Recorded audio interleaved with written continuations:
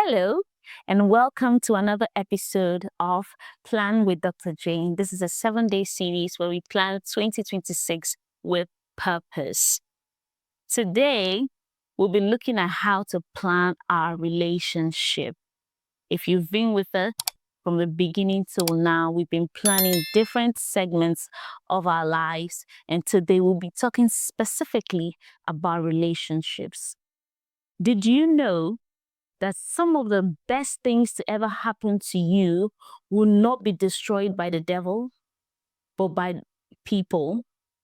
Yes, a good relationship will help your destiny to blossom, but a bad relationship will destroy you. It's important that if we need to level up in our relationships in 2026, then we cannot take our relationships for granted. We cannot, be ignorant of the things that we need to know when it comes to relationships. And we can't be giving everybody access or front row seats to our lives.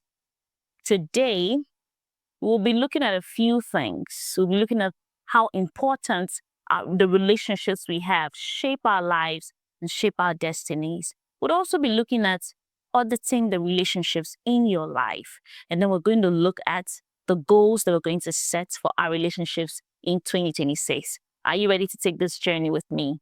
Grab your books, grab your workbooks, your journals, your laptop, your iPad, and whatever it is that you're planning your year with.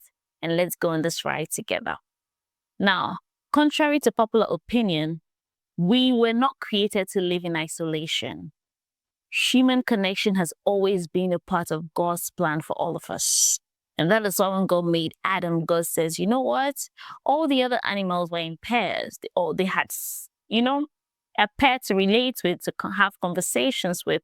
But Adam had no one. And God said, nah, that's not cool. Let's make man in our own image. So Eve was made for companionship for Adam. And as humans, we thrive on companionship. We thrive on friendships. We thrive on having human interaction. But as important as human interaction is, we can't just leave your life open to anybody and anyone. So you need to determine, you need to decide that you need to have boundaries for the relationships in your lives. Now, boundaries in relationships are not restriction, they're just having a door to your life. So you determine who walks through the door, who stays in, and who stays out. And this year, before you go on planning what your relationships will look like in 2026, you need to decide who stays in and who stays out.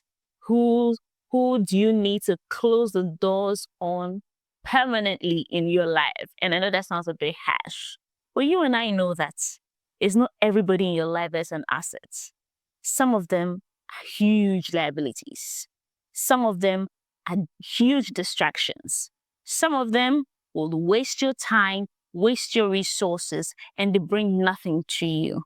Some of them are just people the enemy has planted in your life to frustrate you, frustrate your mission, frustrate your destiny. Some people just coming to give you pain.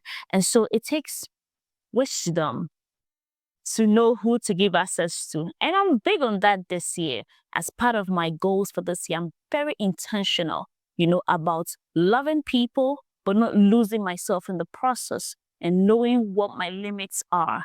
Healthy boundaries are very important if you're going to thrive in your relationships. And it's okay to say to some people, this far and no further. It's okay to keep people at an arm's length. It doesn't mean you're mean. It doesn't mean that you're wicked. It just means that the journey in your life has come to an end. That chapter has closed. And as we enter 2026, you need to decide what chapters you need to close and what chapters you need to open. There are different kinds of relationships that we have, and each of these relationships impact you differently. Each of these relationships influence you differently. In your life, there are people who form or who constitute your inner circle, and there are people who constitute your outer circle. Let's look at Jesus, for example. He had 12 disciples, but not all of the 12 were part of his inner circle.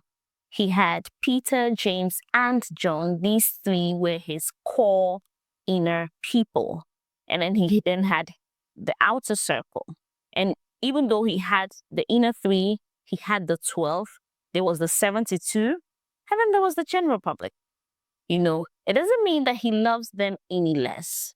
Even Jesus knew that there were certain people that he needed in his corner when push comes to shove. If you look at the story of the Transfiguration, it was just the select few, the inner core, that were present in that important moment in Jesus's life and ministry. And this goes on to show that there's certain key moments in your life that only your core circle can have access to. There's certain moments in your life when everybody can have access to. And so it's important you decide who is your core circle and who is your outer circle. And so if you haven't done a relationship audit of your life, now will be a good time to decide who are the people in your life right now that you want to keep as your inner circle, and who are the people that are your outer circle. A lot of times we blur the lines. A lot of times we misplace people in our lives. A lot of times we're not intentional about where people fall in our lives. But in 2026, we're doing things differently. So look at the relationships in your life and decide, this is my inner circle. This is not my inner circle. Now, where you put them will determine the kind of influence they have over your life, the kind of impact they bring, the kind of assistance they'll offer you in terms of achieving your goals, in terms of keeping you grounded, in terms of encouraging you and motivating you through the different changing phases of life. And even though we do not know what 2026 brings, we do know that we would each have our fair share of trials. We'll have our fair share of seasons of joy. We'll have our fair share of the whole Molotov cocktail that represents life. So you need to decide who is going to be there when the chips are down and who will not be. So that choice should not be left to chance. You get to decide who forms your inner circle. Now, we also have people that come into your life for an assignment. Usually these people are seasonal people because they have a role to play in your life. They have a certain impact to make, but they're not there forever. They're just there for a time frame. It's important that you recognize when people's seasons in your life are over and keep it moving. We appreciate their impact. We appreciate their support. We appreciate all the ways that they were there for you in this season. But once that season is over, you need to take the step further and move on and stop holding people back in your life when they have no business being there in the first place. Now, aside people who are on assignment in your life, there are also people who are there by covenant. These are people that are key to your destiny. These are relationships that you need to be who God has designed you to be. These are people who will speak words of encouragement over your life when the chips are down. These are people that will speak life into you. These are people that will hold you down in prayer. Even when you don't have the strength to go on, they will intercede for you in spite of you, in spite of your weaknesses and your mistakes and your failures as a person. These are people who would love you, who will stand with you, for you, by you, in spite of what life will throw at them. So these are people who are your covenant relationships. So you need to know where people fall in your life. Are these ones on assignment? On assignment means the time with you is temporal. Covenant means they're for life. Now, many of us mistake family as people who are in your life as covenants. Sometimes your family members are not even part of your inner circle. Don't shoot the messenger. It is true. Some of you, your closest allies, are not members of your household. And now it's an extra blessing if you have a family member who also doubles as an inner circle and as a covenant person in your life. So recognize where people fall And making this distinction will save you a lot of chaos, save you a lot of heartbreak. It will save you a lot of confusion. So right now, we're going to do an audit of the relationships in your life. Take a pen, take a paper, take your laptops, your notebooks, your journals, whatever you're using, and document. Draw these segments in your life and decide, who am I putting in my inner circle? Who am I putting in my outer circle? Who am I putting? Am I putting in the assignment category, and who am I putting in the covenant category?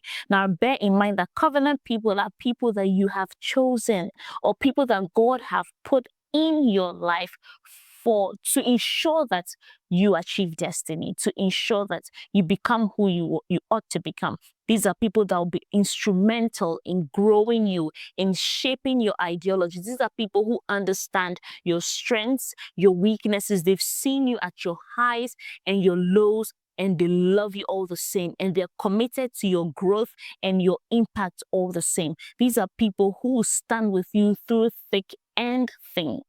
So look at the people in your life, the friends in your life, the relationships in your life. There's some people, you go to secondary school, you go to university, undergrad, postgrad, you make friends. And some of these people, because you've known them, you sat in the same classroom with them for 4 years, you think that you should take them along through every phase of your life.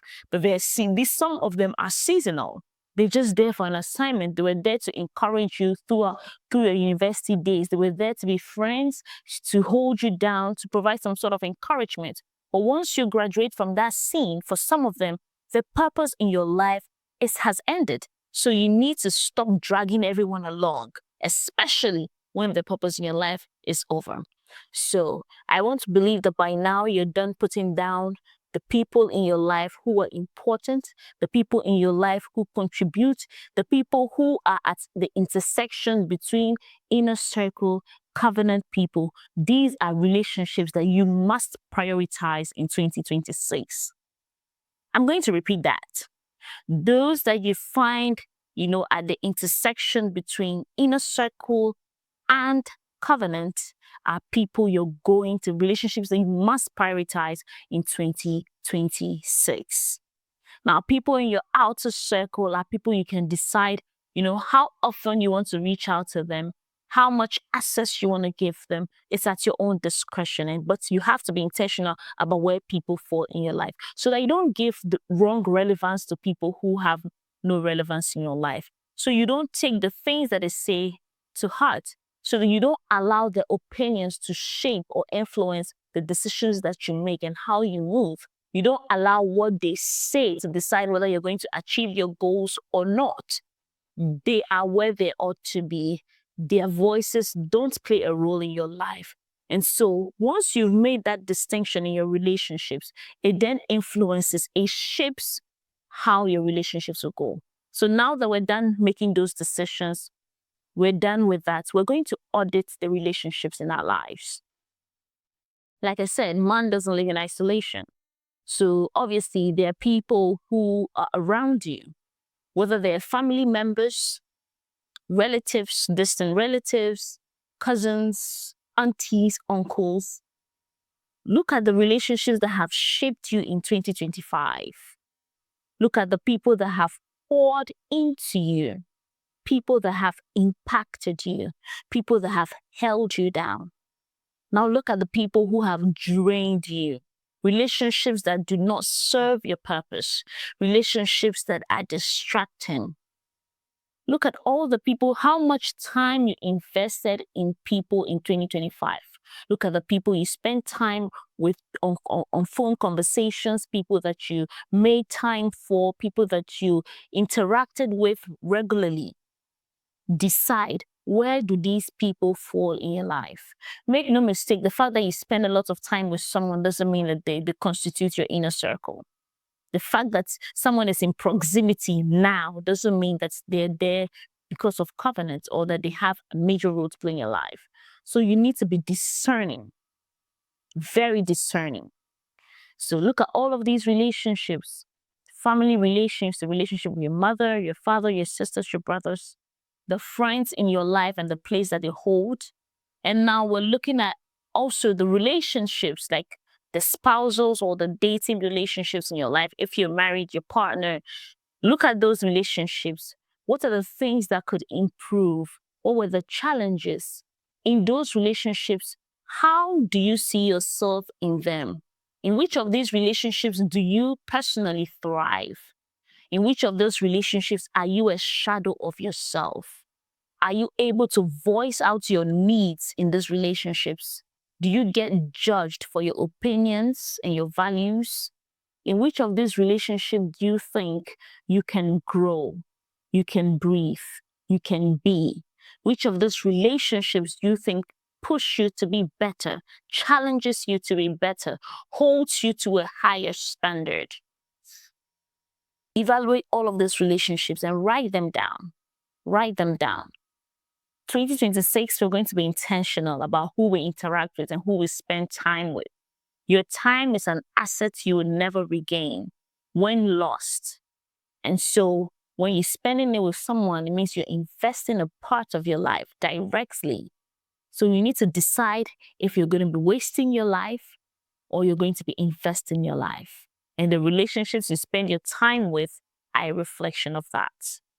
So now that you've looked at those relationships, which of them are healthy and which of them are unhealthy? So you're going to place them healthy category, unhealthy category. Yes, even those high school friends, the ones that you're in those friend group with, those chat rooms, whenever you hang out with them, they make you feel less just because you haven't accomplished what they've accomplished. It's time to cut them off.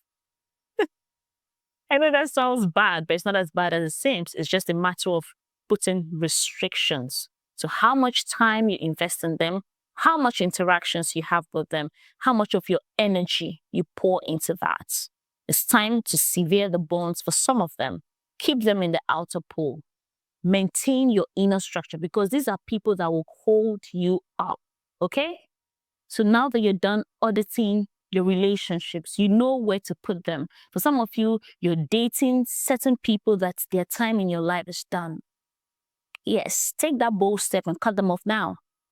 There's no point dragging dead luggage into the new year, especially if you know that you're unhappy, if you know that this person doesn't share the same values as you, if you know that this person is not for you. Some of you, you just do not want to be alone. So you want to drag out that relationship for as long as you can until the next best thing comes along. But that's not the way to live life. Make that cut now. Let it be clean, let it be concise, and focus on healing yourself. So that when you enter the year, you're intentional about your healing, you're intentional about your personal growth moving forward.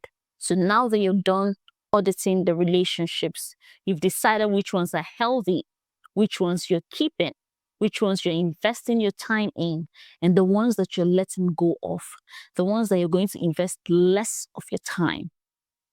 As we plan our goals, our relationship goals for 2026, we're going to divide this into 4 categories, your relationship with yourself, your relationship with your family, your relationship with your friends, those relationships.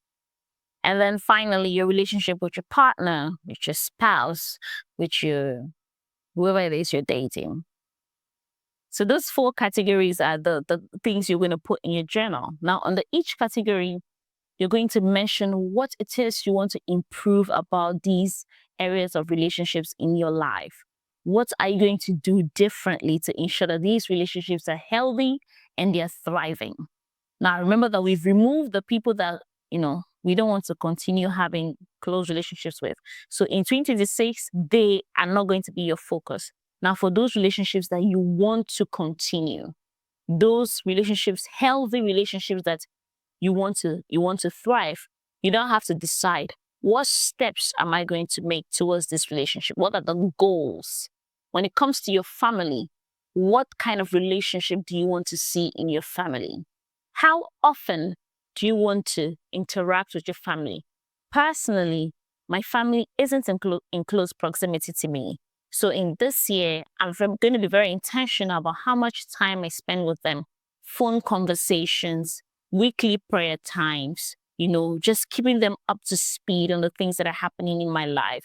So as part of my plan, I speak to my family daily, at least 10 minutes every day, just speaking to my family and making sure that that bond, that connection is tight. And so for you, what do you want to see in your family? There's some families that have terrible communication. Things have gone on in the past. In 2026, do you want to remain in that bad relationship, or you want to make active efforts to improve the bond you have as a family? What do you want to do in 2026 to facilitate that? Do you need to go to therapy as a family? Do you need some counseling as a family? Do you need intervention from, people you respect? What is your family relationship going to look like moving forward? What's your relationship like with your father, your mother? How can that improve? In what ways can you improve the bond?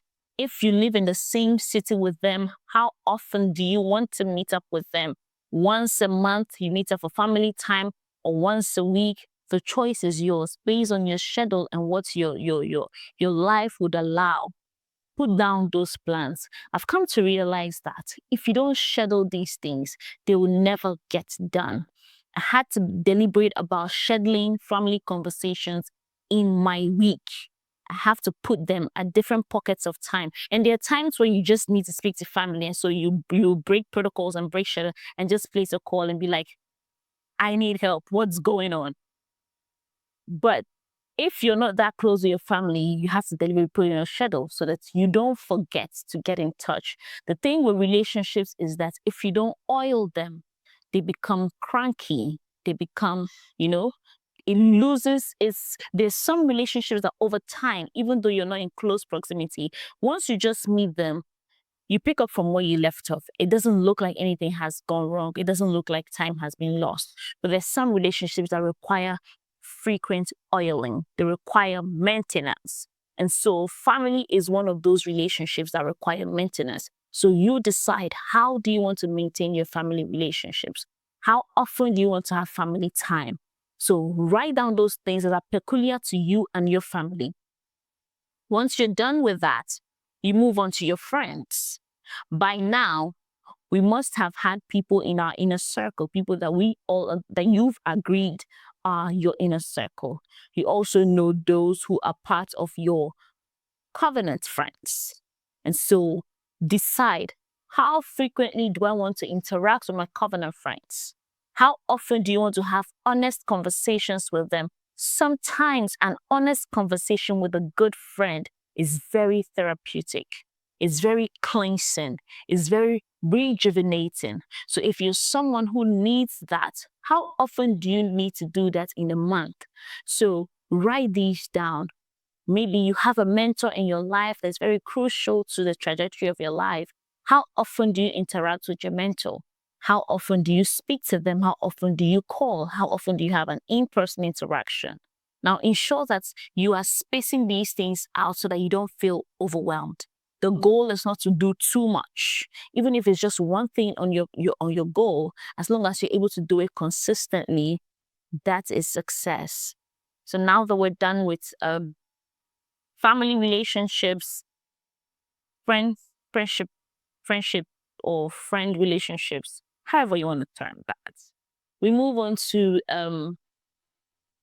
your relationships with your partners. So whether you're married or you're dating. Now you can tweak this section to suit you depending on where you are at in life. Now, if you're single like me, this is going to look a bit different for you, okay? Now let's talk about those who are in relationships and who are dating. You need to decide how often you want to meet up, go out on dates with your partner, Relationship counselors will tell you need to be putting enough efforts to keep the marriage fresh, or to keep the relationship sparkling, or to keep the energy and the bond high. And so decide, what does my relationship need at this point in time? How often can I meet that need? If you and your partner are not in the same city and you're doing long distance, how often do you speak to them on the phone? When do you need to schedule them in, or you're going to do random conversations? If you don't schedule them in, chances are that once you get busy, you're likely going to forget, and one person is going to feel a certain type of way. But if you have a plan, okay, I speak to my man at 9 p.m. every day, or I speak to my woman at 9:40 p.m. every day. Once that time gets there, you know that you have to check in. And so how often do you need to plan date nights? Once every week? How does that look like? What are your goals as a couple? When is this? Where are we heading as a couple in 2026? You need to be sure that you're not randomly in a relationship heading nowhere. We're not doing that in 2026. If it's not going anywhere, get off that bus now. Quote me anywhere, I said it. So it's time to have intentional conversations with whoever your partner is. Where is this relationship going? What steps are we taking to get there? Is your family involved at this point? Do they need to be involved? Who do we need to be speaking to? Do we have mentors that mentor us as a couple? How often do we want to meet them in a month or in a year? How frequently do we want to do that? What is our goal? Where do we see ourselves? How long is it going to take us to get there? These are things that you write. If there are any action plans you need to take, you document them, you pencil them in your schedule so that you don't forget. And as frequently as you can, you go over them. So it keeps reminding you that this is the goal, this is the agenda. All right? So decide how the picture you want to have when it comes to relationship with your husband, your wife, or your spouse. What do you want to do this year differently to ensure that the relationship is healthy and it's growing? Do you have issues with your communication pattern? What problems have you noticed, and how can you fix it? How can you be more open? How can you be more transparent? How can you be more loving and yet not lose yourself in the relationship? How well represented are you? How well represented are your values? Are you being appreciated? Are you being respected? Are you able to clearly communicate what you need from that relationship? So in what ways can you improve all of these parameters? So document them down in little chunks of things, in little bits, so that they are easily, achievable. Now, once you're done making those goals or those plans for your partner or your spouse, it comes to your relationship with yourself. I know that people don't think of themselves as being in relationship with themselves, but you are.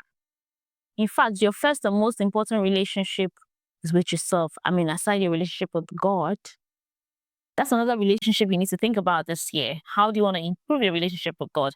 I'm going to open that chapter. Yes, but that's also very important. Now we're looking at your relationship with yourself. How are you going to improve your relationship with yourself? Especially if you're a single person. Are you ready to open up yourself to love, to dating? What do you need to heal?